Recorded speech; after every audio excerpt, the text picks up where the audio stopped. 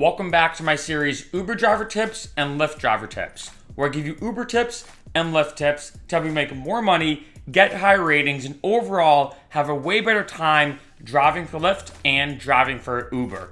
This is a big pro tip you gotta do, and that is doing the big commute. What I mean is, if let's say you live in a state and you're in a very smaller town or smaller area in that state, you are way better off commuting all the way to a big city and driving that big city as opposed to just staying where you are. For example, I grew up in Western Massachusetts, right by Springfield. And as you can imagine, after I moved to Boston, that's when I started driving for Lyft and Uber.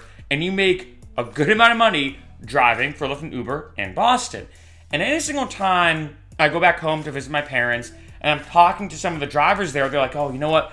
I mean, I make some side cash in there, but the money's not really that good because it's Springfield. And in my mind, I'm like, well, why not commute to Boston? Like, yeah, between Springfield and Boston, you're looking about an hour and a half to 2 hours, which again is a far commute.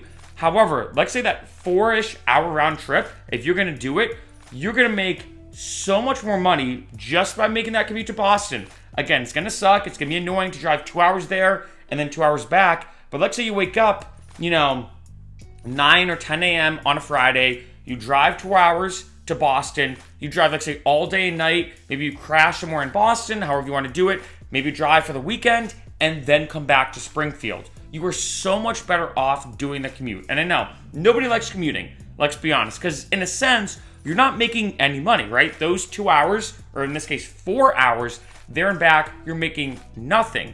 However, you're way better off not making any money for 4 hours and then driving in Boston because you're going to make way more money overall. The only caveat to this pro tip I will say is remember that if you want to, let's say, go over a state border, there's a lot of tricky rules and regulations and whatnot that come into play.